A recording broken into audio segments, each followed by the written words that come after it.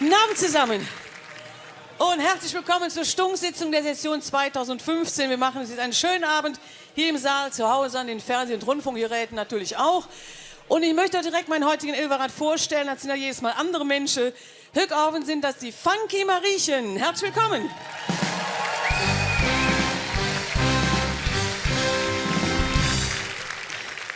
Ja, liebe Jeck und Jecken, das Motto der diesjährigen Session lautet ja atemlos durch die Nacht.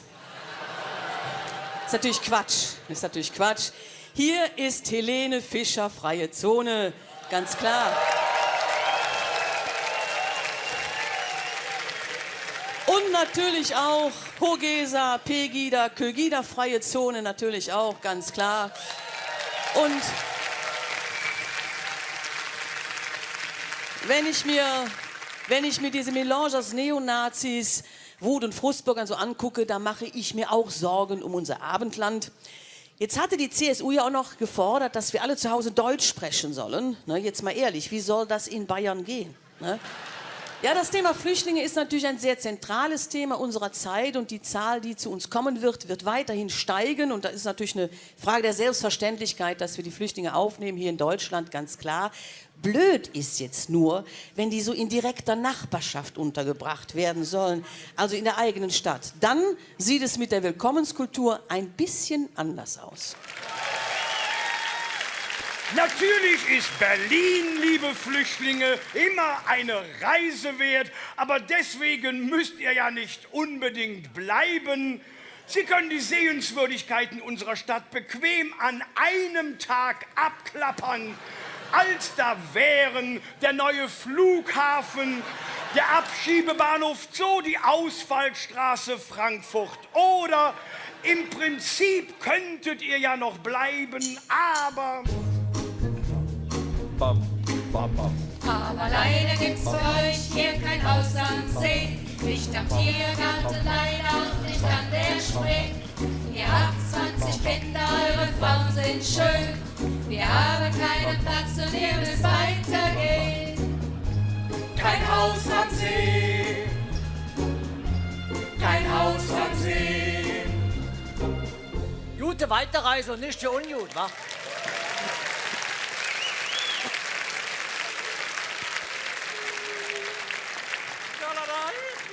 Bei uns in Bayern sagt man mir, son mir. Und deswegen seid ihr und nicht mir. Wir hatten auf der Wiesn ein paar Zelte aufgebaut, aber die sind wieder abgebaut. Im Prinzip seid ihr ja willkommen. Aber probiert's doch lieber nächstes Jahr noch einmal. Denn Ein Jahr ist schnell vorüber, wenn ihr dann nichts habt, könnt ihr noch mal fragen, vielleicht kommt ihr dann wieder und dann schauen wir mal, ob wir dann was haben, denn euer Weg war wirklich weit, da ist ein Jährchen nicht so viel Zeit. Ihr wisst genau, dass irgendwann einmal ein Wunder geschehen kann. Versucht es dann noch mal wieder, solange man Träume noch leben kann. führt ihr miteinander. Gute Weiterreise. Wir hier im schönen Westfalenland, wir haben schon viel von euch Flüchtlingen gehört, aber gesehen haben wir noch keinen. Außer im Fernsehen, bei Aktenzeichen XY ungelöst, als Einbrecher. Leider haben wir überhaupt keinen Platz, weil bei uns ist ja alles schon voll mit Kühen und Kartoffeln. Ein Bett im Kornfeld, das ist leider nicht frei, denn es ist Ernte. Da sind wir gerade dabei und auch für Grill haben wir keine Zeit, denn es ist Sommer. Oh, ein Bett im Kornfeld ist bei Grasallergie auch nicht so klasse. Deshalb würden wir nie euch sowas antun. ist kalt in der Früh bei uns im Sommer.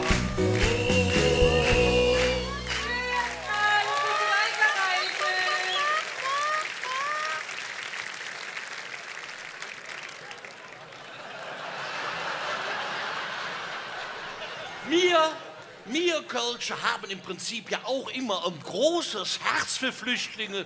Gut, mit der Unterkünfte ist es im Moment ein bisschen knapp. Wir haben wirklich überall rumgefragt. Ja, bei Palms, da war der Pieferstopp. In der Elsassstraße war Polterabend. Und bei mir zu Hause, da steht ein Bett im Flur. Ja.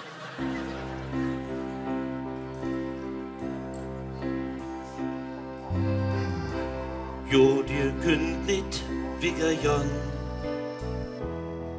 Nur eins mut ihr verstand. Uns Hüsje und Jasse können wir euch nicht lassen. Die sind grad nicht frei.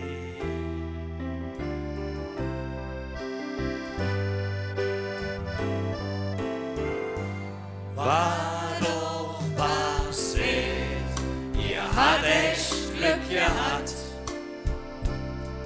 Das Schönste, was man hat, für ich in unserer Stadt, ist unser Gewerbegebiet.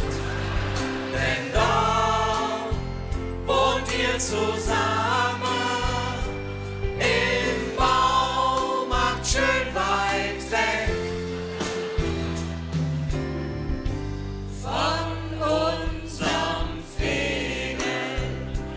La la la la. Das sitzt sich, ne? La la la. Nee, ist klar. Schön.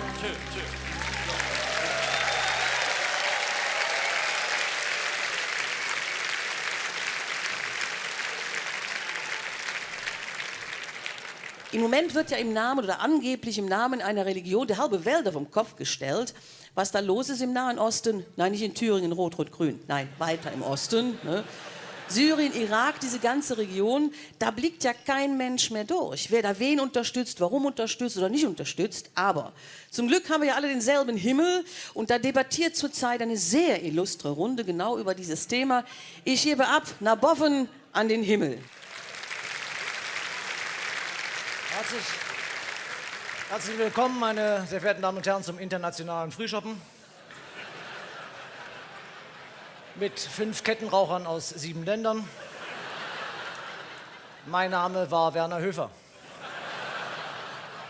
Wir beschäftigen uns heute mit dem unheilvollen Treiben der Terrormiliz ISIS. Dazu habe ich mir folgende Gäste eingeladen: Gott, Allah und den Allwissenden Peter Schollatur.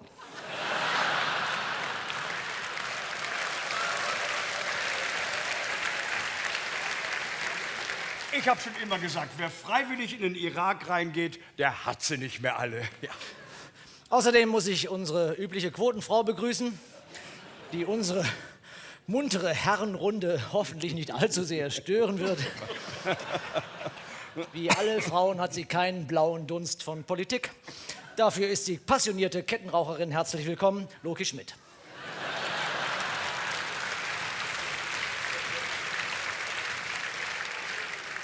Ja, ich bin stolz, heute an dieser berühmten Stelle mitstreiten zu dürfen, obwohl der Helmut ja immer gesagt hat, man soll sich nicht in die inneren Angelegenheiten anderer einmischen. Ja. Bevor wir uns mit dem heutigen Thema beschäftigen, kommen wir allerdings zum Höhepunkt dieser Sendung. Meine Damen, bitte. Nein, danke, ich trinke keinen Alkohol. Mein Gott, Allah, immer noch der alte Spießer. Prost. Pfui Spinne, was ist das denn? Stutenpippi? Ja. Ich habe schon immer gesagt, wer nüchtern in diese Sendung reingeht, der hat sie nicht mehr alle. Ja, meine Herren, kommen wir also zum heutigen Thema, der Terrormiliz ISIS. Entschuldigen Sie, Herr Höfer, Ja. aber die heißen jetzt nur noch IS. Hm? Ach, ich dachte ISS. Nein, das ist die Raumstation. Ja, SS hätte mir auch schon gereicht, das war auch eine tolle Truppe. Ne? Von denen könnten sich diese Islamistenbengel schon mal eine Scheibe abschneiden, was? Weiter im Text. Ja, ich habe schon immer gesagt, wer freiwillig in den IS reingeht, der hat sie nicht mehr alle. Ja. Das ist gut, sehr gut. Hey, ihr da unten, habt ihr gehört, was der Schollatur gesagt hat? Wer freiwillig in den IS reingeht, der hat sie nicht mehr alle. Gut so, Herr Schollatur? Herr Schollatur, meine Anhänger sind doch auch nicht viel schlauer. Stimmt. Ey, ihr da unten, ihr seid zu blöd, den Kurden zu helfen, Kobane zu verteidigen. Eine einzige Stadt. Helmut hat immer gesagt, man soll sich nicht in die Innenstädte anderer einmischen. Ich habe schon immer gesagt, ihr da unten, ihr habt sie nicht mehr alle. Ja. Meine Herren, bitte. Und ihr Amis, ihr schmeißt schon wieder in meinem Namen Bomben in der Gegend rum. Jetzt mach aber mal halblang. Meine Leute sind doch wohl viel schlimmer, oder, Herr Schollatur? Wer hat denn das World Trade Center in Schutt und Asche gelegt? Wer zieht denn Rauben und Morden durch den Nahen Osten und köpft jeden, der nicht bei 3 auf den Bäumen ist? Wer hat denn in Paris 17 Menschen umgebracht? Dabei liebe ich Karikaturen. Ich hatte die Zeitung jahrelang abonniert. Je suis Charlie!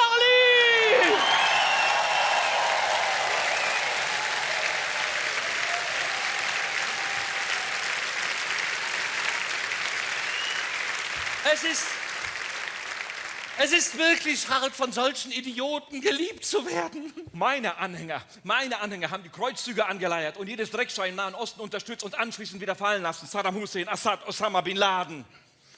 Aber was soll man auch von einer Religion halten, deren Gott eine verheiratete Jungfrau schwängert? Na und? Du träumst davon, ich hab's gemacht, einmal. Er hat's Ah, mein Gott, Er hat's die Jungfrau gemacht. im Himmel. Meine Herren, bitte. Meine Herren. Bitte. Helmut sagt immer, man soll sich nicht in die Jungfrauen anderer einmischen. Sunniten, Schiiten, Stalaktiten. Sie als Gott der Muslime, blicken Sie da überhaupt noch durch? Ach, Herr Höfer, wollen Sie mich verarschen? Natürlich blicke ich doch nicht mehr durch. Und Sie als Gott der Christen? Nö, bin ich Gott? Ja. Ja, stimmt. Oh.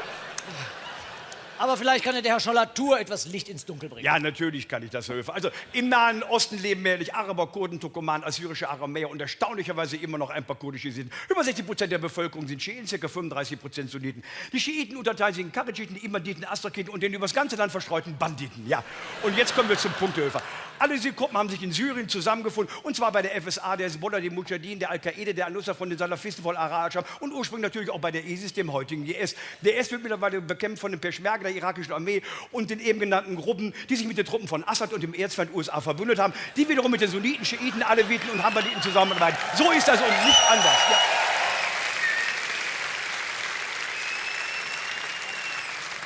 So ist das und nicht anders. Und deswegen habe ich schon immer gesagt, wer sich freiwillig in diese Materie einarbeitet, der hat sie nicht mehr alle. Prost. Ja. Ja. Meine Herren, noch Fragen? Ja, dürfte ich jetzt doch Alkohol haben? Das war der internationale Frühschoppen. Bis zum nächsten Mal. Prost.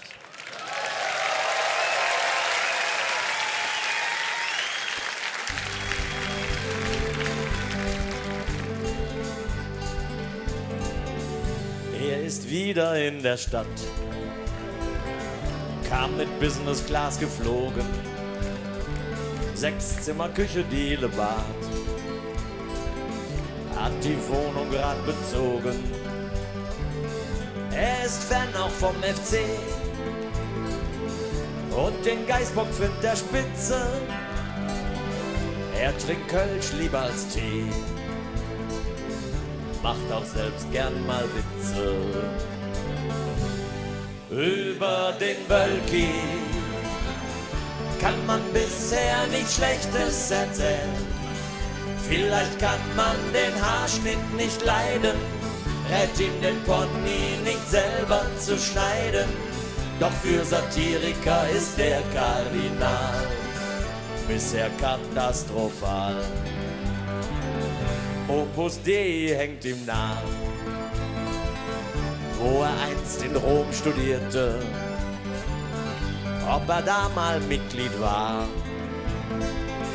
Fakt, dass er dort promovierte und 9 Jahre Sekretär unter Meißner unbeschadet, das schafft kein Revolutionär. Haben wir auch nicht erwartet. über den Wölki kann man wirklich nichts Schlechtes erzählen. Doch auch er wird das Milliardenvermögen nicht verteilen, weil die Fetzen dann flögen. Schwule am Altar wird er niemals trauen, Priesteramt nicht für Frauen. Über den Wölki kann man wirklich nichts Schlechtes erzählen. Auch das Zölibat wird es weitergeben. Kirche ist nicht das wirkliche Leben. Ganz egal, was er sonst noch alles kann. Wölki bleibt Kirchenmann.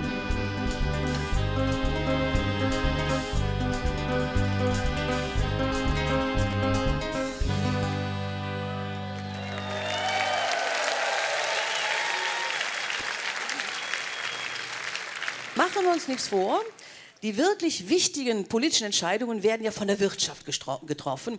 Und deswegen geht die Wichtigkeit von Parteien und Politik mittlerweile gen Null. Und außerdem sind SPD und CDU mittlerweile doch schlechter auseinanderzuhalten als die Fußballbrüder Lars und Sven Bender.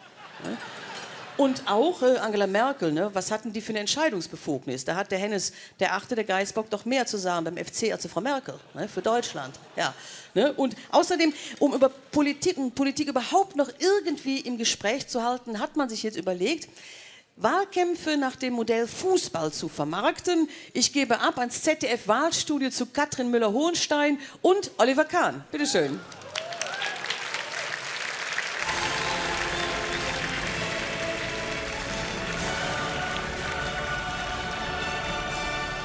Herzlich willkommen zum Finale in der Champions League der Parteien.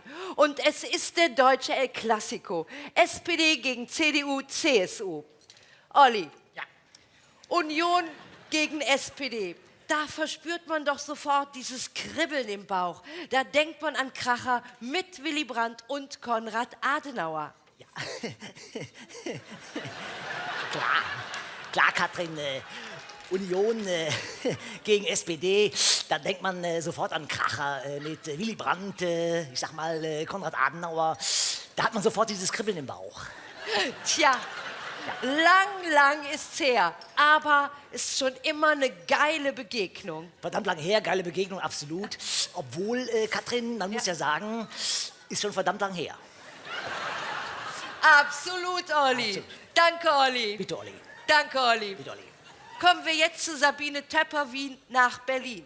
Sabine, die Personaldecke ist auf beiden Seiten sehr dünn. Ja, erstmal herzlich willkommen hier in der restlos ausverkauften Gazprom Arena.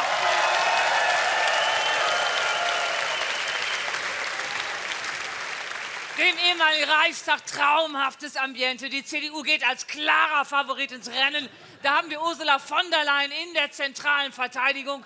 Davor bildet Angela Merkel eine Doppel-6 mit Sigmar Gabriel. Gabriel, der es letzte Woche für die Rekordsumme von 50 Millionen Euro von der SPD zur CDU gewechselt hat und schon erstaunlich gut mit Angela Merkel harmoniert. Danke, Sabine. Olli. Ja. Seit 432 Tagen ist die SPD ohne Mehrheitserfolge. In dieser Zeit nur 3 Gesetzesvorlagen. Und jetzt müssen sie auch noch die Weggänge von Sigmar Gabriel und Hannelore Kraft wegstecken. Ja. Klar, Katrin, das Problem der SPD ist ja, dass sie jetzt, ich sage mal, die Weggänge von Sigmar Gabriel und Hannelore Kraft wegstecken müssen. Absolut, Olli. Danke, Olli. Ja. Sabine. Ja. Danke.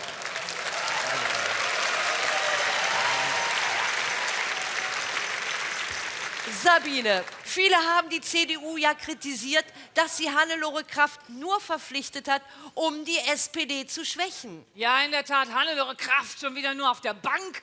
Und das, obwohl viele sie eigentlich für die bessere Mutti halten. Wäre es nicht möglich, zentral mit einer Doppelmutti zu spielen? Ja, Katrin, ich frage mich ja, ob es möglich wäre, zentral mit einer Doppelmutti zu spielen.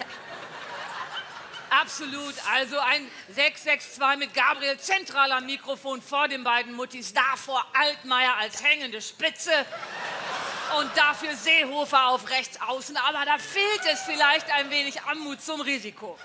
Im Oktober dann der Transfer von Sarah Wagenknecht zur SPD. Dafür wurden satte 50 Millionen an die Linken überwiesen. Olli. Ja.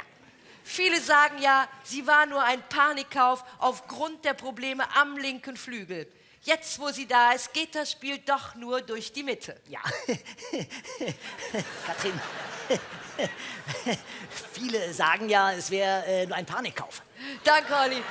Sabine? Katrin, lass mich meinen Gedanken gerade noch zu Ende bringen. Du weißt, ich wiederhole mich ungern. Denn jetzt, wo sie da ist, läuft das Spiel ja doch nur durch die Mitte. Absolut. Absolut. Absolut, Olli. Danke, Olli. Bitte, Olli. Uns erreichen gerade noch einige absolute Transferhammer. Die Linke kauft als Nachfolger für Sarah Wagenknecht Fidel Castro. Die Grünen werden gegen Kunstrasen ausgetauscht. Und die FDP verpflichtet einen neuen Vorsitzenden, der eigene Ideen in die Parteispitze einbringen soll. Oliver Kahn.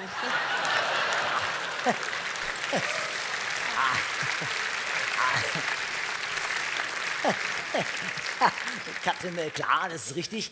Die FDP hat mich gebeten, eigene Ideen in die FDP-Spitze einzubringen. Und wenn ich sage eigene Ideen, dann meine ich eigene Oliver Kahn-Ideen. Und wenn ich sage FDP-Spitze, dann meine ich die Danke, Olli. Spitze der Absolut. eigene Ideen, also Oliver Kahn-Ideen.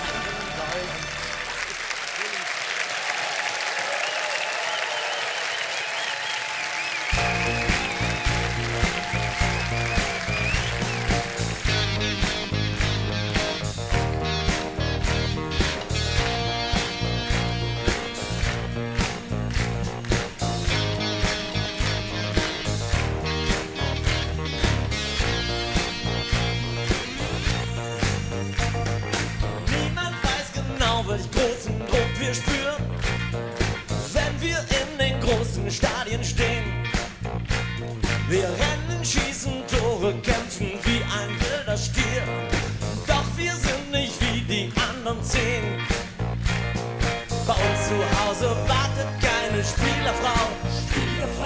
Spielerfrauen machen uns nicht an. Wenn ich meinem Schatz tief in die Augen schau ich in die Augen von einem Spielermann.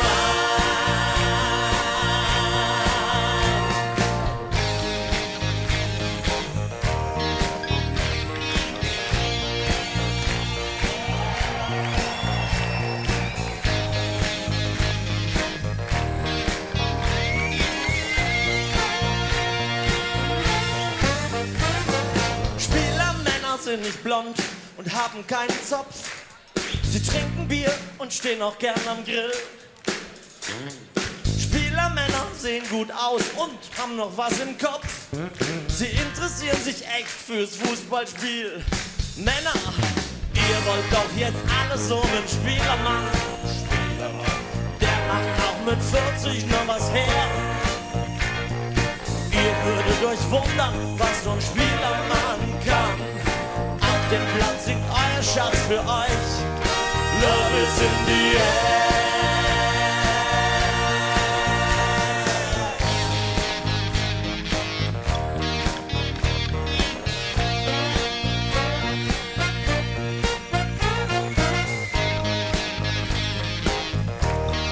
Love is in the air, gehört zu mir.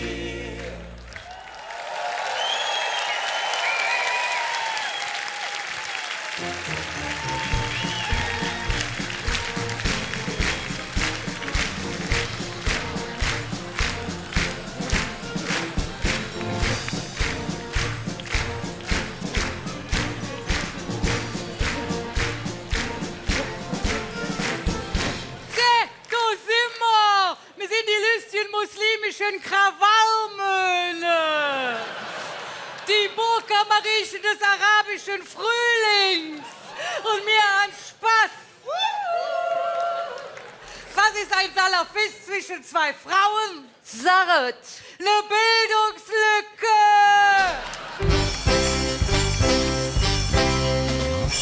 Mein Mann, der hatte ja neulich eine Erektion. Ja, und da ist er mit verbundenen Augen hier in die Wand gelaufen. Ja, und? Ja, er hat sich die Nase gebrochen. Ja, und seit es die Tretminen gibt, haben wir beide ja kein Problem mehr, 5 Meter hinter unseren Männern herzulaufen. Da macht es bumm, ja und dann kracht's, so lange bis du lachst. Mein Cousin, der war ja neulich auf dem Weg zum Attentat. Und da sagt sein Kollege für den, hör mal, pass bloß auf, dass die Bombe nicht zu früh hochgeht. Sagt er, macht nix, ich habe eine zweite dabei. Ja, ich hab ja Spaß mit den Männern. Sag mal, Fatma, bist du eigentlich als Jungfrau in der Ehe gegangen? Einmal ja, 4-mal nein. Wie jetzt? Ja, ich hab doch schon den 5. Selbstmordattentäter. Sag mal, wisst ihr, wie man einen 50-jährigen Selbstmordattentäter nennt? Sarret. Spätzünder! Gehabt, das war dein letztes Wort. Dann flog in die Englein fort. Ja, Fatma, mein Mann, ne? Der ist ja neulich auch verunglückt. Selbstmordattentat. Nein, er ist beim Kartoffelholen auf der Kellertreppe ausgerutscht und hat sich das Genick gebrochen. Und was hast du gemacht? Nudeln. Lustig ist das Salafisten leben, Feier hoch. Man kann uns nicht sehen, wir sind ja verschleiert. Trotzdem wird wie wild gefeiert. Wir ziehen jetzt in die nächsten Hallen. Krawall unter der Burka, tut uns gefallen. Klingelingeling, klingelingeling, hier geht die Schleierfrau. Klingelingeling, klingelingeling, die hat den Schleierblau. Klingelingeling, klingelingeling, hier geht die Schleierfrau.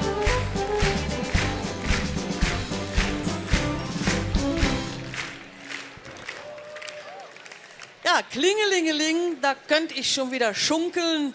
Schunkeln könnte ich ja den ganzen Tag. Ich könnte alles so wegschunkeln. Neulich zum Beispiel, da war ich im Supermarkt, hatte wieder nur eine Kasse auf, lange Schlange, ich mittendrin. Ich denke, was machst du jetzt? Schunkeln. Habe ich mich links und rechts eingehakt und einfach mal losgeschunkelt.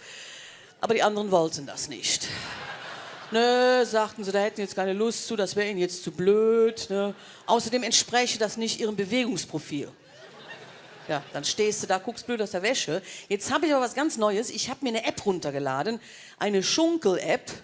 Damit findet man dann schunkelbereite Bürger und Bürgerinnen in der Nähe. Ne? Da kann man sich dann als Flashmob zum Schunkeln verabreden. Ne? Ich glaube, da haben sogar Lehrer Spaß dran. Morgen zusammen hinsetzen, Schultaschen vom Tisch, Handys aus und Messer zuklappen. Moment mal, ihr seid ja gar nicht meine 9C, aber ihr seht den Pence verdammt ähnlich. Jetzt hab ich's! Elternabend! Na klar! Ihr seid hier wegen der Klassenfahrt nächste Woche. Und jetzt wollt ihr wahrscheinlich auch hören, wie toll eure kleinen Rotzlöffel sind. Da könnt ihr lange warten. Einen Scheißdreck werde ich. Schon schlimm genug, dass ich mir mit eurem genetischen Sondermüll die Vormittage um die Ohren schlagen muss.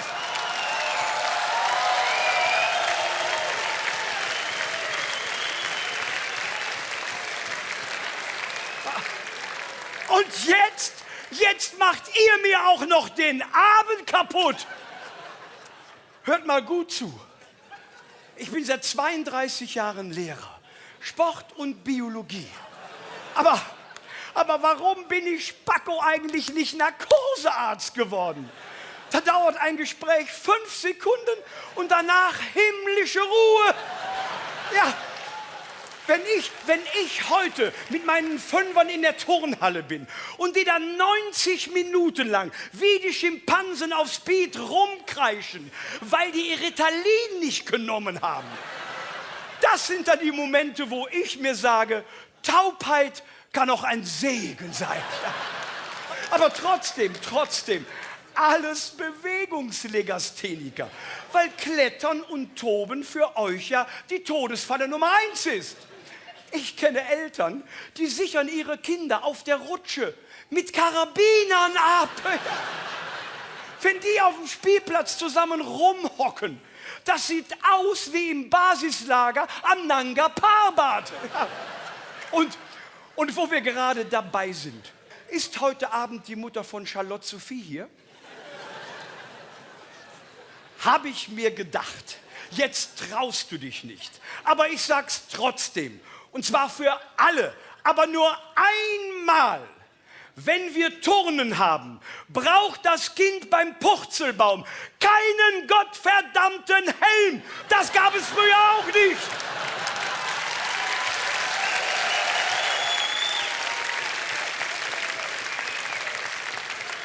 Wenn Kinder früher einen Helm getragen haben, dann waren die im Volkssturm. Reicht mir schon. Wenn mich eure Gören ständig zutexten, bis mir die Ohren bluten, können sich mit 13 noch nicht mal ein Brot selber schmieren, diskutieren dich aber mit 3 in Grund und Boden. Ja, Beispiel. Letzte Woche wollte sich eins von diesen Schätzchen vom Schwimmunterricht drückten, hätte angeblich seine Periode. Minutenlange Diskussion. Ich sag, jetzt mal unter uns, Malte, du bist ein Junge. Ja, so sind die drauf. Ja, Leute, heute.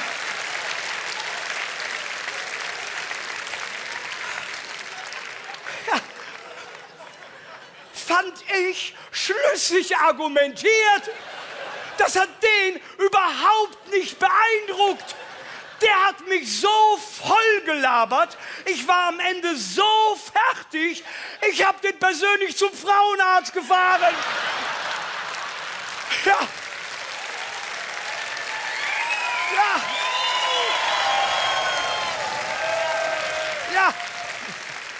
Ja, wozu haben wir denn im Biologieunterricht überhaupt noch Sexualkunde? Bleibt doch eh nichts hängen. Aufmerksamkeitsspanne wie ein überfahrenes Eichhörnchen. Allein im letzten Halbjahr 3 Schwangerschaften kurz vorm Abitur muss doch nicht sein. Klar, da hätte der betreffende Kollege auch besser aufpassen können. Ja.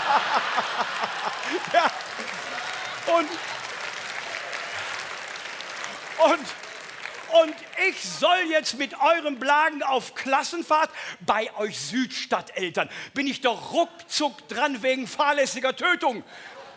Im letzten Halbjahr wäre mir der Lasse Baptist fast unter der Hand wegdehydriert, weil der Vollhonk in der Jugendherberge eine Woche lang nicht gepeilt hat, wie der Hagebuttentee aus der Kanne rauskommt. Und jetzt ihr Eltern, tut bitte nicht immer so liberal. Von wegen, bitte mehr Multikulti, bitte mehr Inklusion. Ihr macht euch doch schon in die Hose, weil wir jetzt 2 Jungs aus Gummersbach in der Klasse haben, ja? So sieht's doch aus. Und, ja.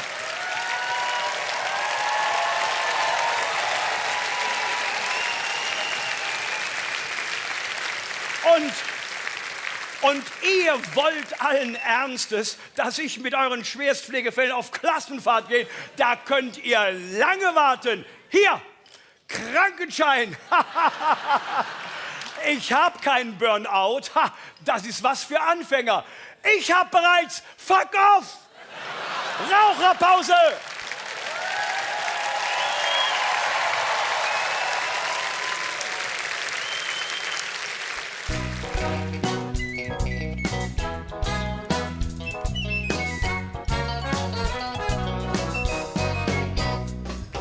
Ich habe ein Problem, das ist mir selber unangenehm. Meine Frau, dat Hilda, hat auch schon gesagt, oh, dat war ein Fehler. Weil ich sie und sie mich ganz doll will, filmt sie mich manchmal beim Liebesspiel. Aus Versehen hat sie das bei Facebook reingestellt und da sieht es jeder. Jetzt gibt es Nacktbilder, Nacktbilder, Nacktbilder von mir an der Cloud und die sind ganz schön versaut. Da gibt's jetzt Nacktbilder, Nacktbilder, Nacktbilder voll Liebesglut. Er war ja nicht schuld. Ich hoffe, der Herrgott wird mir verzeihen. Darum ging ich in den Beichtstuhl rein. Der Priester raunte mir ins Ohr. Sie kommen mir so bekannt vor. Gibt's von ihnen Nacktbilder, Nacktbilder, Nacktbilder wie im Paradies. Davor bin ich nicht fies. So schöne Nacktbilder, Nacktbilder, Nacktbilder, da kann man mal sehen, unsere Schöpfung ist schön. Eins wird mich jetzt doch interessieren. Filmt ihr euch auch manchmal beim Kopulieren? Stellt die Bilder ein bei Instagram, da schau ich mir die dann an. Eure schönen Nacktbilder, da bist du nicht alleine. Nacktbilder, hast so schöne Beine. Nacktbilder aus dem Büro oder sonst irgendwo. Und jetzt singen alle Nacktbilder, Nacktbilder, Nacktbilder im Swingerclub mit Elke und Jo. Und jetzt nochmal alle Nacktbilder, Nacktbilder, Nacktbilder von jedem hier und nicht nur von mir.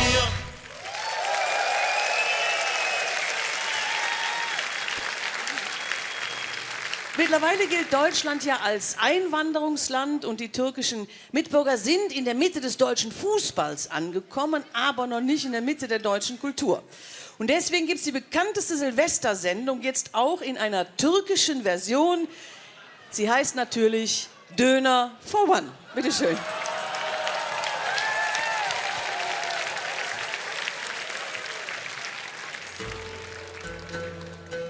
...2017. In Köln ist die Hohe Straße zum Parkplatz umgebaut worden. Die Flaniermeile Kölns ist jetzt die Kolbstraße. Dort hat Tante Hatice ihre Freunde und Verwandten zu ihrem Geburtstag in die türkische Grillstube Üskürüm eingeladen. Doch wie jedes Jahr sind ihre Verwandten und Freunde nicht gekommen, weil sie alle zurück in die Türkei gegangen sind. Nur Murat, der Besitzer der Grillstube, ist da, wie jedes Jahr.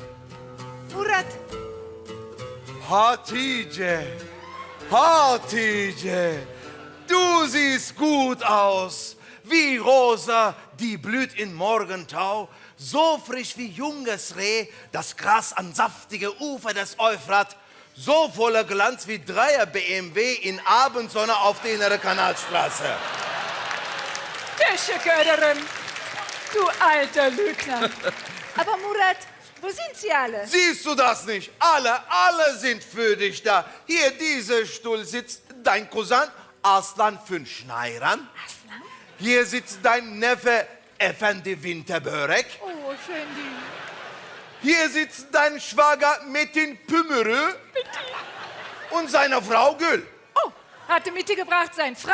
Seine Frau Gül und seine Kinder Ferit, Ümit, Günay, Kazım, Nadir, Gülcan, Tamir und Taymar. Wer?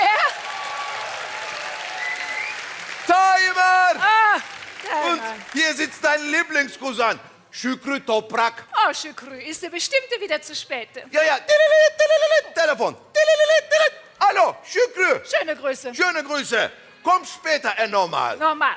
Für uns Türken, Verabredungen sind ja immer eine unverbindliche Zeitempfehlung. Ja, wenn wir damals wäre in Polen einmarschiert, nicht geheißen hätte ab 5:45 Uhr zurückgeschossen, sondern schieß ich 5 Uhr. Schieß ich 6 Uhr. Schieß ich 10 Uhr. Inshallah. Schokusel, wunderbar, Murat. Ich glaube, du kannst uns servieren, der Foresche Peise. Foresche Peise. Foresche Tamam, ben Peise. yapacağım Tamam. şimdi Foresche Peise.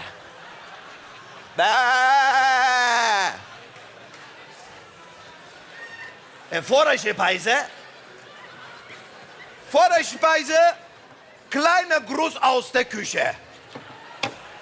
Döner komplett. Komplett mit Reis, Salat, Zwiebel, Fleisch und extra scharf. Ich liebe Döner extra scharf. Ich weiß, du machst sowas. Ich glaube, zum Döner, wir trinken einen kleinen Raki. Raki für Döner. Messer, tamam, nur so daneben bei. Selber Prozedur wie letztes Jahr. Selber Prozedur wie jedes Jahr. Tamam, inshallah, selber Prozedur wie jedes Jahr. Na. Selber Prozedur wie jedes Jahr. Murat, ist dir der Raki trocken? So trocken, wenn du trinkst, stoppt dir Stoppwolke aus Ohren raus. Ja?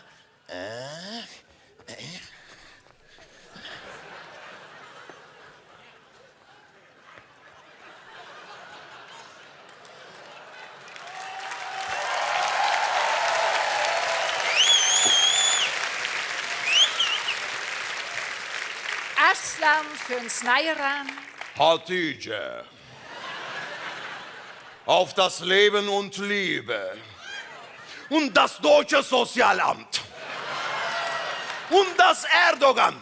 Dieser Sohn eine Hündin, bald verrecke. Möge die türkische Armee in seinem Arschloch ein Manöver veranstalten.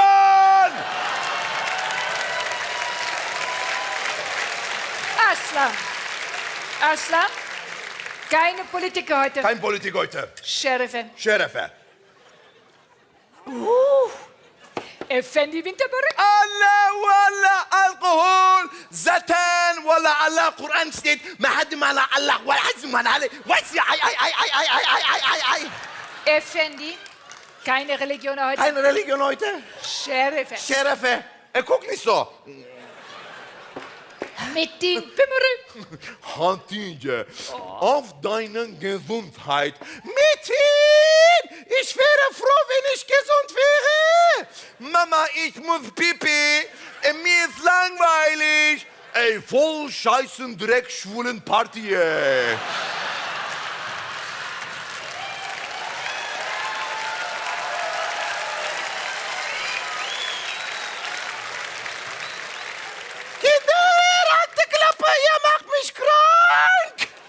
Hatice, bende Hämorrhoid var. Hämorrhoid? Willst du gucken? Oh. Bände Arthrose. Arthrose, ai. Aber Gül, nicht immer von Krankheiten anfangen. Nicht. Mit ihm. Sheriffen. Şükrü. Hallo, Şükrü. Komm später, aber so sagen. Allah erfand den Wein, Allah erfand das Bier, doch den Raki brannten wir. Murat, dann glaube ich, kannst du uns servieren, der Hauptgang. Hauptgang. Hauptgang. Tamam. Hauptgang. Sheriffen. Ja, Hauptgang, ja. Hauptgang, Döner mit Zwiebel. Zwiebel mit Knoblauchsoße. Und Knoblauchsoße mit Zwiebel. Und Zwiebel mit Knoblauchsoße mit Zwiebel. Ich liebe Dürüm-Döner. Wenn schmeckt. Ich glaube, zum Döner, wir trinken Ayran. Ayran auch. Und dazu ein kleiner Raki. Und ein kleiner Raki, Ayran, kleiner Raki, inshallah. Bäh! Mäh. Mäht nix.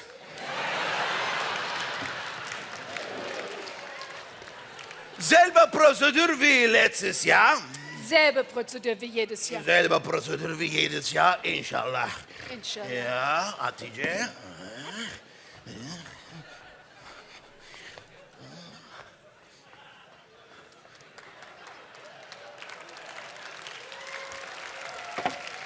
Aslam. Hatice. Auf das Leben, Liebe und... Deutsche Taschentücher.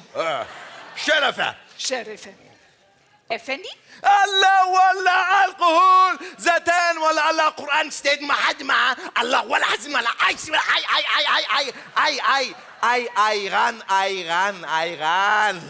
Sherife. Guck nicht so, Medizin. Metin?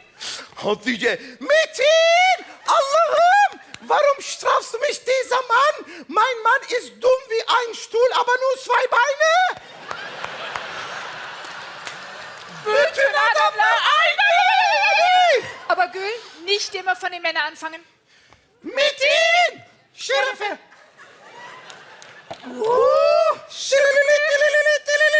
Hallo, Schücke, komm später, aber soll sagen, wir Männer sagen immer, wir trinken, was klar ist, wir sagen, was wahr ist, wir poppen, was da ist. Schücke! Murat, dann kannst du nun servieren der Apéchalusse gegangen. Apéchalusse gegangen. Apéchalusse gegangen. Tamam, ben yapacağım şimdi apéchalusse gegangen. Apéchalusse gegangen. Boah. Evet.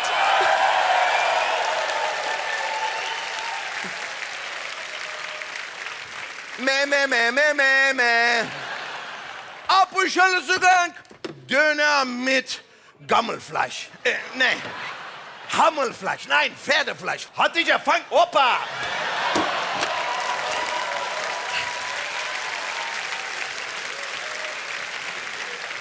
Ich glaube, zum Döner wir trinken einen Tee und dazu? Raki. Hatice, fang, Opa! Hüppa! Selber Prozedur wie letztes Jahr. Selbe Prozedur wie jedes Jahr. Selber Prozedur wie jedes Jahr. Hoppa, nein. Hoppa, nein.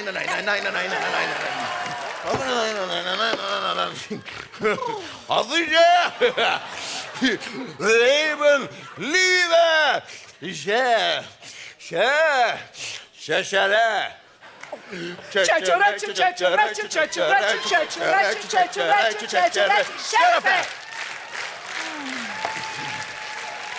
Allah valla alkohol!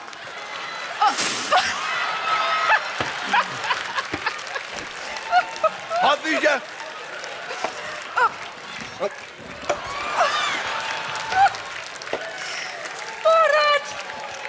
Murat! Es war sehr, sehr schön hier bei dir in der Kolpische Terrasse. Ich gehe nach Hause. Selber Prozedur wie letztes Jahr. Selbe Prozedur wie jedes Jahr. Nein! Dieses Jahr ganz anderes! Überraschungsgäste, Oppo! Aslan Schneider! Aslan! Das Leben Effendi! Metin!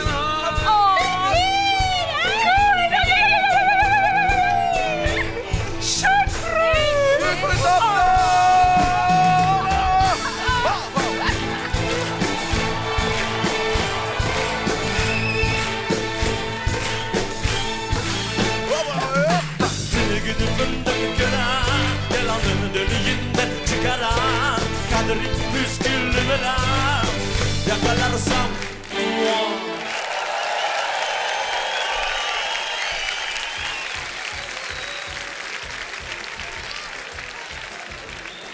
Im Moment wird ja viel für uns Frauen getan. Die Quote für die DAX-Unternehmen ist beschlossen und jetzt ganz neu im Angebot für uns Frauen die Freiheit, Kinder zu kriegen, wann immer wir das wollen. Das wird von Apple angeboten. Das ist kein Witz. Apple bietet seinen weiblichen Angestellten an, ihre Eier einfrieren zu lassen. Und 2 Kosten übernimmt Apple. Und dann kann man dann als Frau nach der Karriere seine Kinder kriegen. Ne? Das nennt sich Social Freezing, das Ganze. Ne? Wahrscheinlich, weil das so sozial ist von Apple, weil sie die Kosten übernehmen. Ne? Und also nach dem iPhone, das iPad, kommt jetzt Ei. Und auch der Song Klingelingeling, hier kommt der Eiermann, kriegt dann eine ganz andere Bedeutung. Ja, dann können wir Frauen dann im Rentenalter noch unsere Kinder kriegen. Das ist ganz doll, ne? Das Blöde ist nur, wir brauchen dann im Altenheim Kinderspielplätze. Und auch der Zeugungsakt, der wird ganz anders aussehen, als wir den bisher so kennen. Du Schatz, ich wünsche mir ein Kind von dir. Oh, du machst mich so glücklich. Ich gucke mal, was in der Gefriertruhe ist. Ja. Ach, schade, Schatz, Gefrierbrand. Oh. Ja. Und mit Gefrierbrand kann natürlich nur passieren, wenn man so preiswert, so billige Plastiktüten nimmt. Man muss schon hochwertige nehmen. Das Blöde ist jetzt nur, die Plastiktüten sollen verboten werden. Jetzt frage ich euch, wohin mit unseren Eiern? Deshalb sollte man echt noch mal überlegen, ob man die Plastiktüten wirklich verbieten will. Und außerdem aus ökologischer Sicht gesehen, wenn etwas nachhaltig ist, dann sind es die Plastiktüten. Viel Spaß. Und es kam der Tag, da erschuf Gott das Meer, die Luft und das Wasser. Und es war gut so. Und dann erschuf Gott den Menschen und er sah, dass es gut war. Und dann erschuf der Mensch die synthetische Polymerverbindung, das Plastik. Aber der Mensch sah, dass es noch nicht gut war und so gab er der synthetischen Polymerverbindung noch Farbe dazu. Und er gab ihr Henkel. Und so trat sie in die Welt, die Tüte aus Plastik, und die Menschen konnten shoppen gehen, dass es ihnen ein Wohlgefallen war.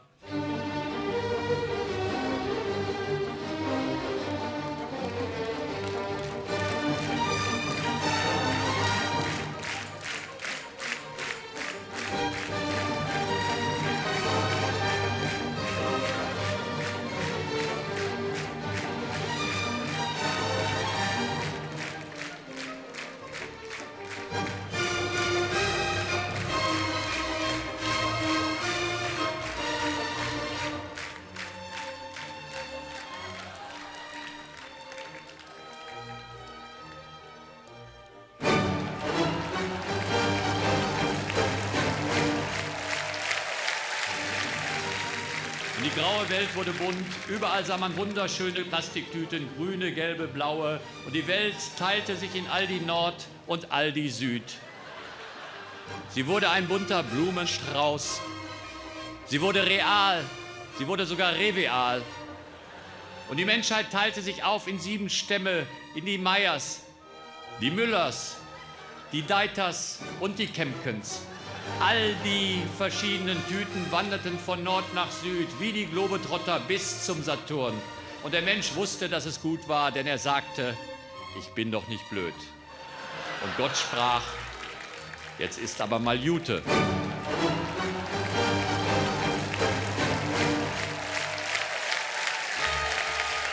Der Mensch, angeblich die Krone der Schöpfung, doch unbeholfen und tapsig in seinen Bewegungen. Wie viel Erhabenheit und Eleganz liegt dagegen in dem anmutigen Tanz der Plastiktüten.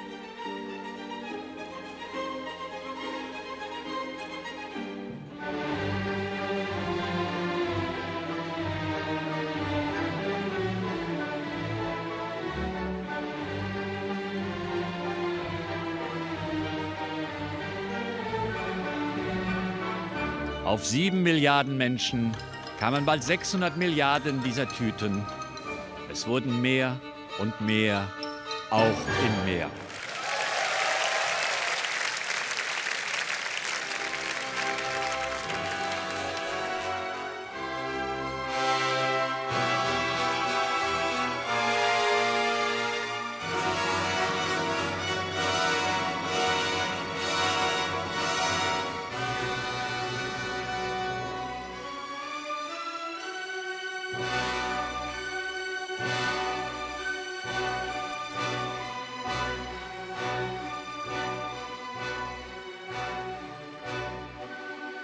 Und so trat an die Stelle des Homo sapiens der Tütenmensch, ein aus Polymeren gebildetes Wesen, das zum Leben erwacht, unzerstörbar und die Welt beherrschend.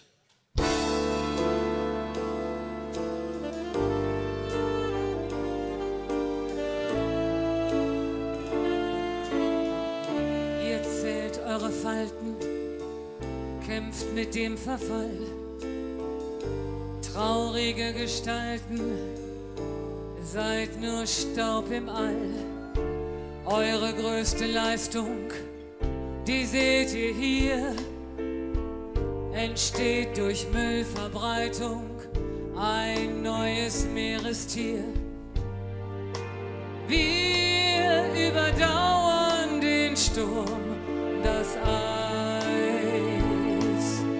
und den Untergang der Welt. Wesen aus Plastik, geboren aus Abfall, bleiben ewig elastisch. Denn nur Polyethylen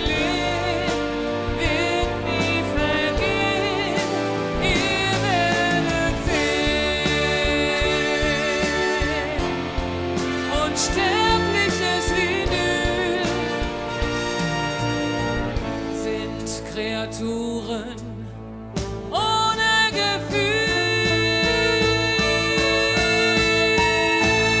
Wesen aus Plastik, geboren aus Abfall, bleiben ewig elastisch. Denn nur Polyethylen in die vergehen, wunderschöne Wesen aus Plastik, für immer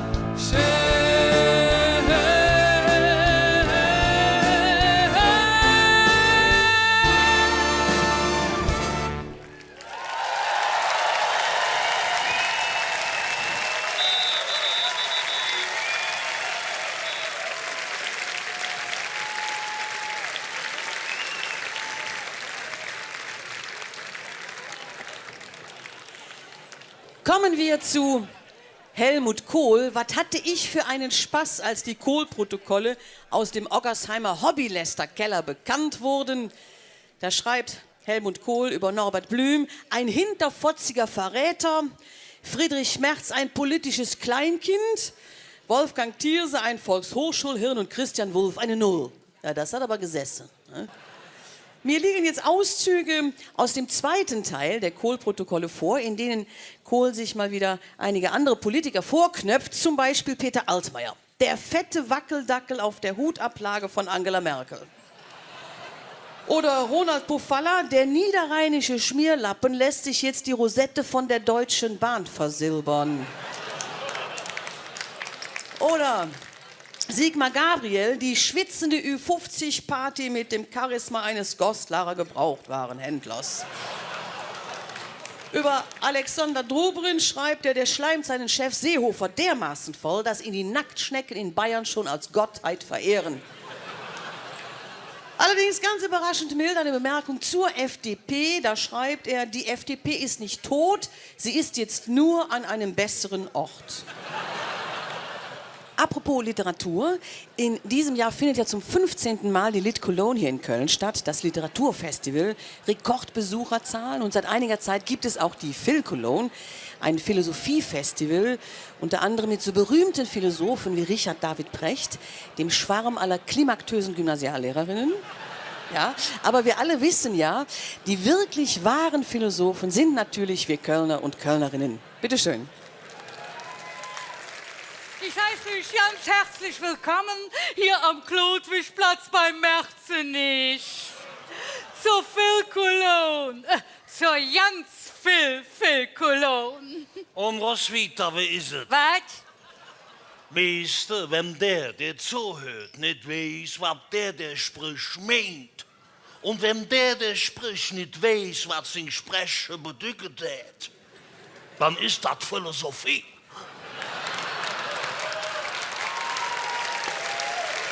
Oder wir sind in Köln. Oder so. Und da frage ich mich, küttet eigentlich immer wie es kütt? Oder küttet auch ins anders? Hm? Der eine säde so, der andere säde so. Ja, sicher ist nur nix blieb, wie es war. Und was fort ist fort. Aber nichts Genaues weiß man nicht. Also ich weiß, dass ich nix weiß. Und selbst das weiß ich nicht genau. Gut, da haben wir das abends geklärt. Was ich mich ja immer frage, ist, warum läuft der Nase und der Fuß rüschen? Ja. Oder warum jedes Trömmelchen, es wird doch getragen. Was wieder, da hast du recht. Und ich frage mich immer, für was läuft eine Wollpullover beim Wäsche in, aber die Schaf schrumpfen nicht, wenn sie im Rhein stehen. Und woher weiß der Blinde, dass er fertig ist mit Hintern aufputzen? Die Jahre sind ja spurlos an mir vorübergegangen. Es waren die Wochenenden, die mich gezeichnet haben. Ja, das macht doch keinen Sinn, ne? So ist das, Leve. Also, das Sinn an sich. Du meinst der Sinn vom Sinn. Wo soll denn dort der Sinn? Ich sind doch keine Sinn drin.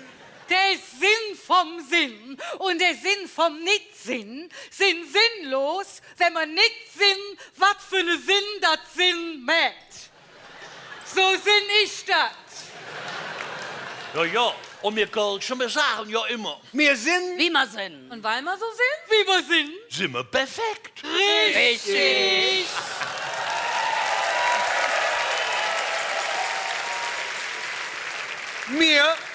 Wir können sprechen, ohne jetzt zu sagen. Ja, wir können denken, ohne jetzt zu wissen. Denn in Köln ist zwar alles gesagt, aber längst noch nicht von jedem.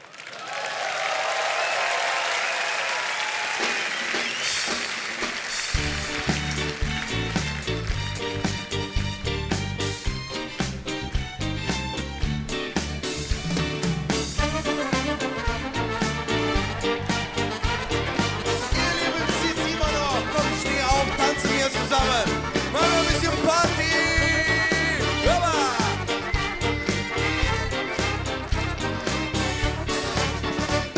Als Kind kam ich aus Istanbul zum Schützenfest und fand es cool. Die Stadt mit Fahnen dekoriert, das hat mir imponiert. Da sprach mich an, bist du Bruder sein, drum ging ich rein in den Verein. Ein Schuss, da war der Vogel hin, jetzt bin ich Schützenking. Ja,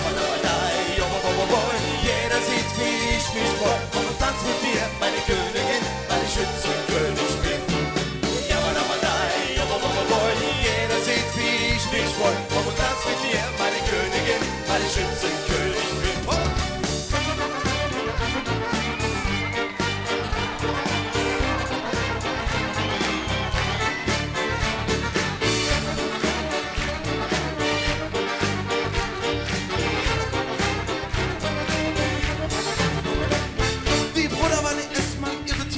Weil ich hab ne Runde Tee spendiert. Der Metzger hat sich die Haare gerauft und Dönerspieß gekauft. Die Parade geht in Richtung Mekka. Alle finden den Rachki lecker. Im Fässer sieht man Derwisch-Tanz. Eiche trägt nen Blumenkranz. Jeder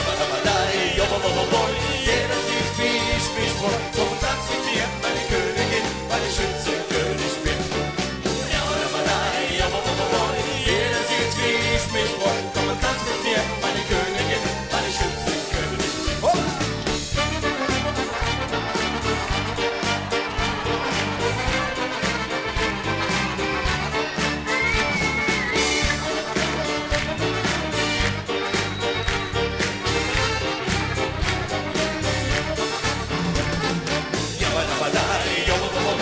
Jeder sieht, wie ich mich freu. Komm und tanz mit mir, meine Königin, weil ich Schützenkönig bin. Jeder sieht, wie ich mich freu. Komm und tanz mit mir, meine Königin, weil ich Schützenkönig bin.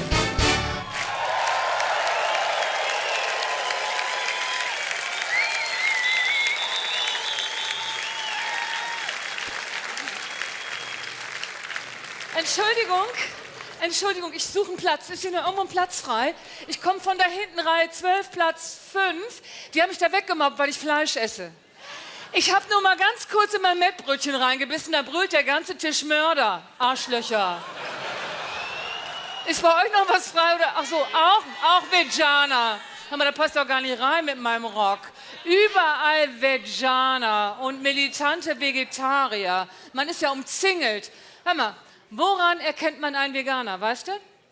Er wird es dir sagen.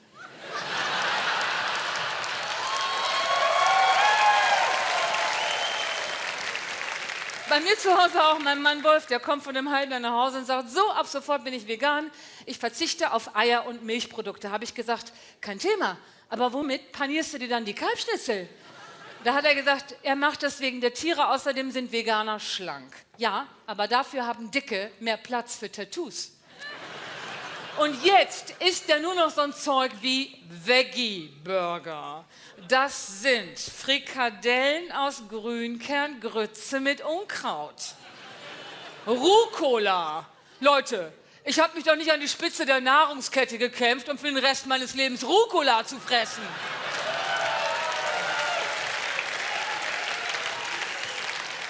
Aber diese veganen Möhrchenschänder, Die wollen einen ja ständig belehren und überzeugen, dass Veganismus die einzige wahre Lebensweise ist. Die behaupten allen Ernstes, wenn alle vegan leben würden, dann würde es keine Kriege mehr geben.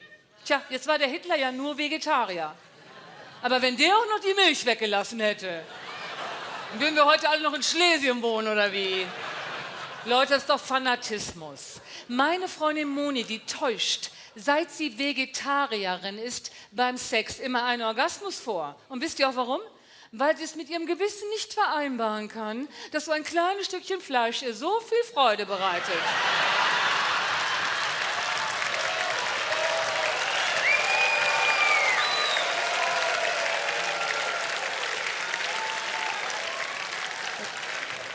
Veganer, das kommt aus dem Lateinischen und bedeutet zu blöd zum Jagen. Und auf Indianisch zu faul zum Kauen. Und jetzt ist mein Mann Wolf seit 3 Tagen auf einem ganz neuen Trip. Der ist jetzt Frutarier. Frutarier. Die essen nur das, was von ganz alleine von den Bäumen runterfällt. Wisst ihr, wie belastend das für die Angehörigen ist?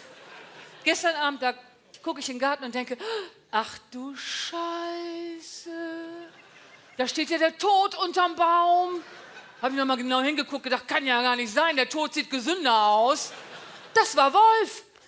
Da steht er unterm Apfelbaum und wartet darauf, dass ein Apfel runterfällt. Mitten im Winter.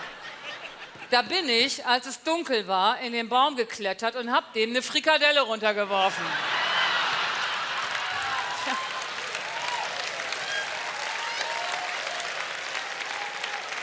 Hat auch geklappt. So, und jetzt gehe ich zu Wurst-Willi, solange der noch so heißt. Weil wenn die Veganer weiter auf dem Vormarsch sind, dann heißt der bald nicht mehr Wurst-Willi, sondern Tofu-Toni. Tschö.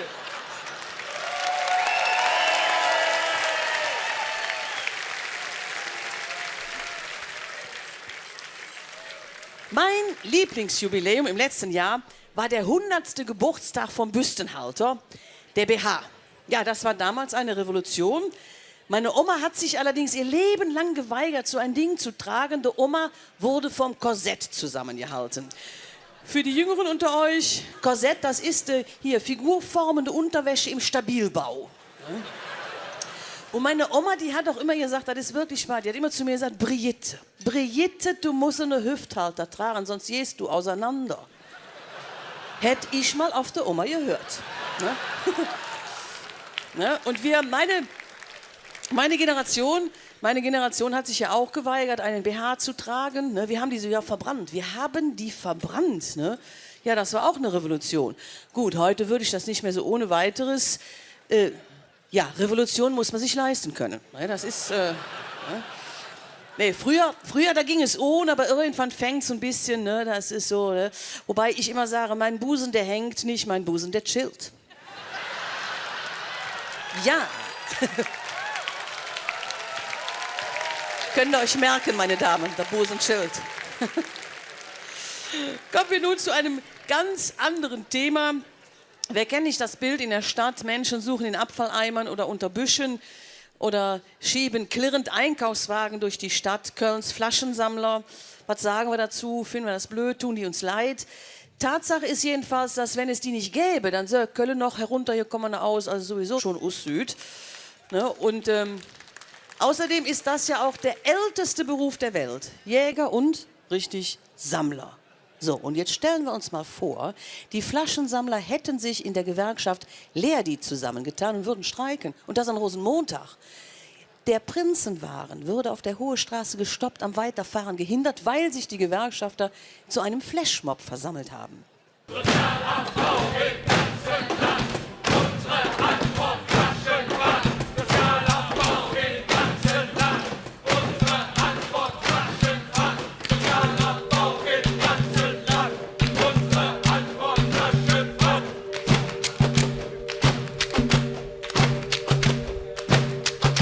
Große Taschen voll mit 1000 Flaschen, U-Bahn-Treppen hochzuschleppen, Flaschensammler sind die Deppen. Ihr habt so Karneval, sind wir euch scheißegal.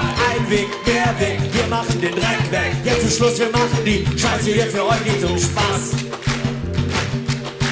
Ohne uns erstickt ihr in Plastikflaschen, Dosen und Glas. Wir wollen mehr Asche, 2 Euro jede Flasche. Nimm dein Schicksal in die Hand für mehr Flaschenpfand. Wir sind die Rächer, Pfand auf junge Becher. Was geht uns auf den Sack? Pfandfreies Tetrapack. Jetzt ist Schluss, wir machen die Scheiße hier für euch nicht zum Spaß. Ohne uns erstickt in Plastikflaschen, Dosen und Glas. Wenn es wieder mal regnet und schneit, fordern wir eine Schlechtwetterzulage und eine Pfandvorzahlung im Krankheitsfall. Regelmäßige Arbeitszeit und ein Bonus für die Feiertage.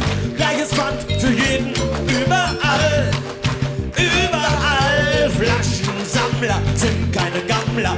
Vorstand Hand in Hand für mehr Flaschenpfand. Friedlich, militant fürs 13. Monatspfand. Bring die Flaschen mal vorbei, sammeln ist eine Plackerei. Jetzt ist Schluss, wir machen die Scheiße hier für euch nicht zum Spaß. Ohne uns erstickt ihr in Plastikflaschen, Dosen und Glas.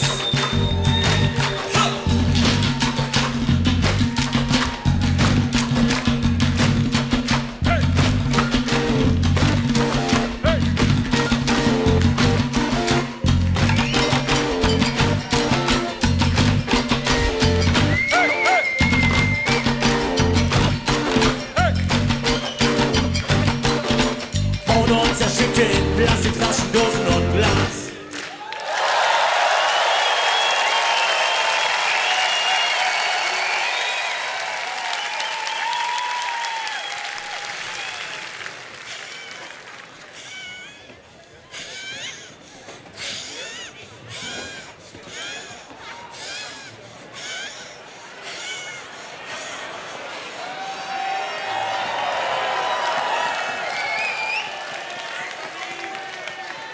Hallo, liebe Freunde, ich bin's, euer Kalli. Und ihr wisst ja alle, ich bin bekloppt, aber positiv bekloppt. Und ich liebe den Fußball, ich liebe den Sport, ich liebe den Fußball, das geht mir das Herz. Aber was die Hooligans letztes Jahr am Breslauer Platz hier in Köln veranstaltet haben, das hat doch mit Fußball sowas von überhaupt ja nichts zu tun. Ne, bitte. Ja, hör mal, oder? Ne?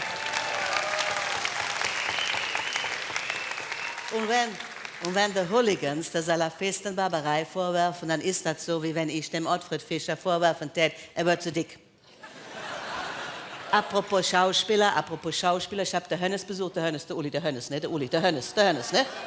Im Knast habe ich den besucht, ja. Der Uli ist kein Schlechter. Nein, nö. Nein, der Uli ist kein Schlechter. Nein, hör mal. Der hat doch aus dem 1. FC Bayern erst das gemacht, was er heute ist. Aber der Uli hat auch viel Gutes getan. Ne? Das muss man... Ja. Und der Uli hat ja gerade viel Zeit. Der Uli hat so viel Zeit. Der Uli habe ich ihm ein Buch mitgebracht zum Lesen, ne, von Dostojewski. Nein, nicht der Spieler, der Idiot. Ja, der Idiot sitzt jetzt im Knast. Ne, da gehören noch ganz andere rein, zum Beispiel der Eccleston. Eccleston, kennst du den? Ja, Eccleston, ne? Formel 1. Hier der laufende Meter mit der Pottfrisur. Ne? Der, ja. Ne? Hör mal, der hatte so viel kriminelle Energie, wenn er die als Treibstoff benutzen täte, könntest du mit dem Bobbycar der Formel 1 gewinnen. Ja. Ne? Ich kenne keinen, den der nicht gekauft hat. Ne? Aber der Eccleston hat was Positives. Er hat was Positives. Ja, hat was Positives, ist umweltfreundlich. Ja, ist umweltfreundlich. Den brauchst du später nicht einäschern, der passt stehen in die Urne. Ja. Ne? Ja. Aber im Fußball ist es ja nicht anders, da ist es nicht anders. Also wenn ich alleine nur schon Weltfußballverband höre, da kriegen ich die Blattern. Ja. Und hör mal, pass auf, kennst du die? Was ist der Unterschied zwischen J und Blatter? J hält sich nicht für Blatter.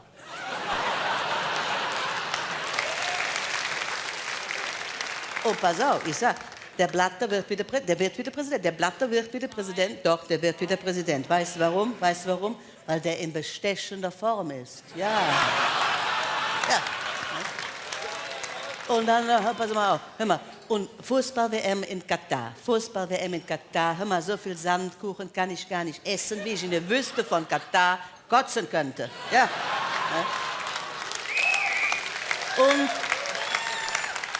Und ich esse wirklich gerne, ne? Das muss man dazu sagen. Ne? So. Haben wir das Lied schon vorbereitet, hier die Dreierkette und ich.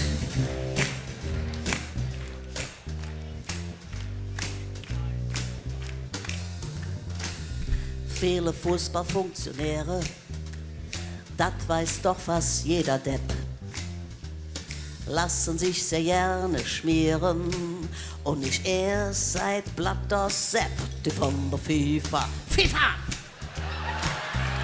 Alle Schweine, FIFA ist ne Drecksverein. FIFA! Tadam! Sind Verbrecher, sacken sich die Kohle ein. So, schön weiter schnipsen auf der 2 und der 4. Sonst könnt ihr auch direkt schon duschen gehen.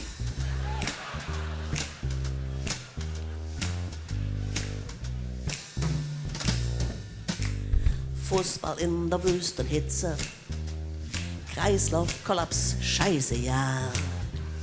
Für die FIFA läuft die Spitze, Scheiße finden das genial. Faxe FIFA, FIFA!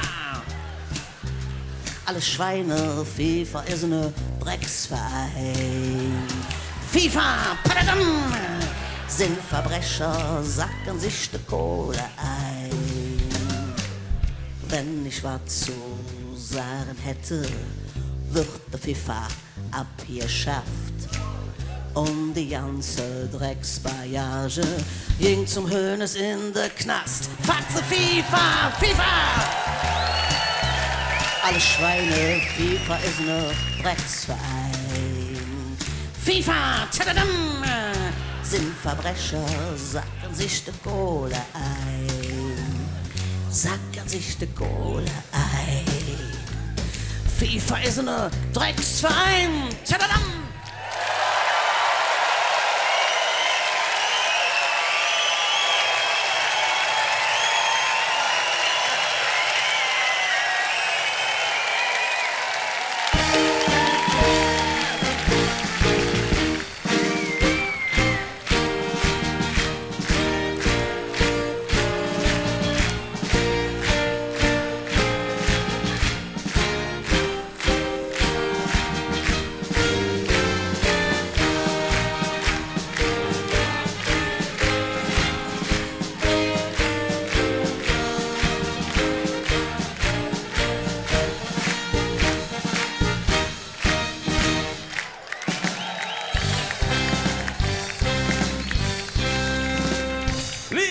Liebe Jacken, nach einem ganzen Jahr ohne diese herrlichen Auftritte auf den Bühnen sind wir überglücklich, dass wir wieder bei euch sein dürfen.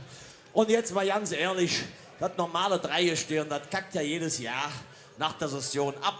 Muss neu gewählt und ausgetauscht werden und wir machen das jetzt seit 20 Jahren und ich meine, wir sehen aus wie neu.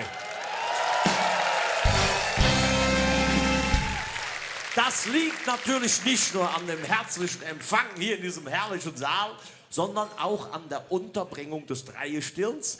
Die ziehen ja, wir, am Anfang der Session in die Hofburg. Das ist ein tolles Hotel in Köln. Da wohnen wir zu dritt auf 26 Quadratmeter.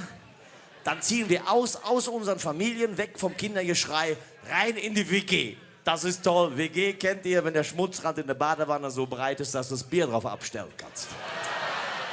Und das ist so schön, dass wir verabredet haben, jeder macht ein Lied über unsere herrliche Wohnung. Und ich würde sagen, dir gefällt es ja bestimmt ganz besonders gut mit uns zwei. Deswegen fangen wir an mit unserer Jungfrau Carla.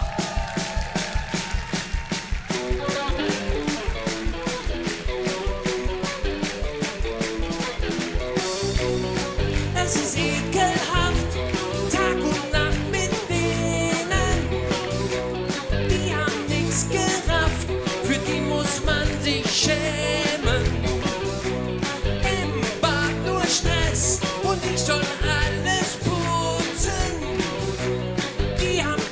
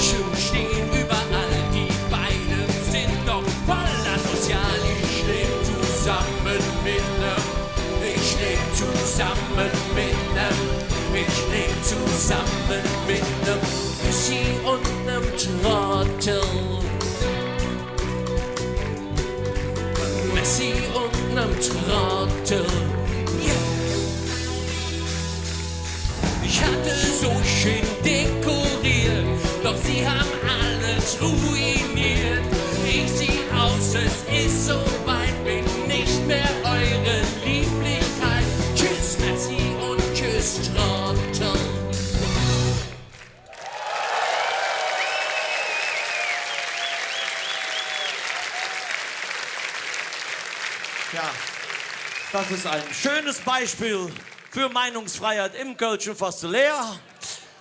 Messi, ich meine, ich denke nicht, dass du den Weltfußballer von 2010 gemeint hast. Gut, ich glaube, wir müssen uns entschuldigen, oder? Ja, sag du doch mal was. Nein, es liegt ihm nicht so. Ja, vielleicht habt ihr ein persönliches Lied, irgendwas in 3/4.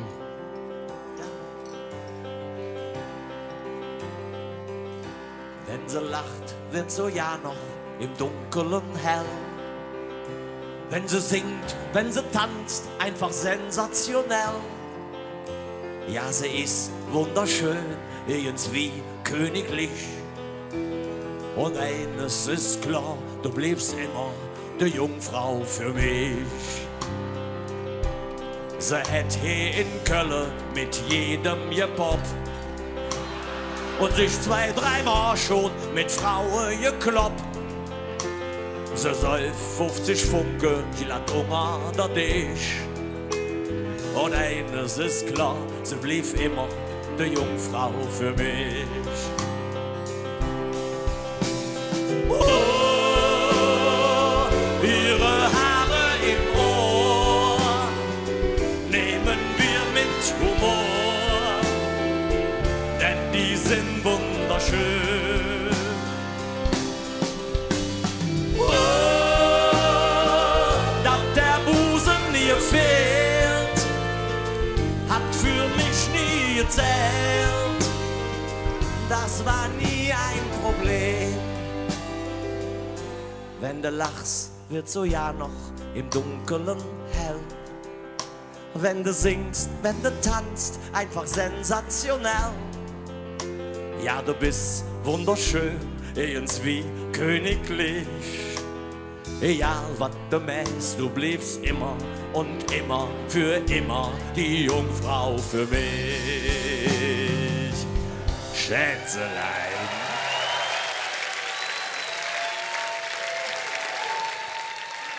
Das hätte ja noch mal gut gegangen. Ja, schade, dass wir natürlich nachher wieder ausziehen müssen aus der Hofburg. Aber ich glaube, du hast eine Idee, wie unser Zusammenleben über das ganze Jahr sein kann. Hier sind wir euch, unser Bauer Winfried.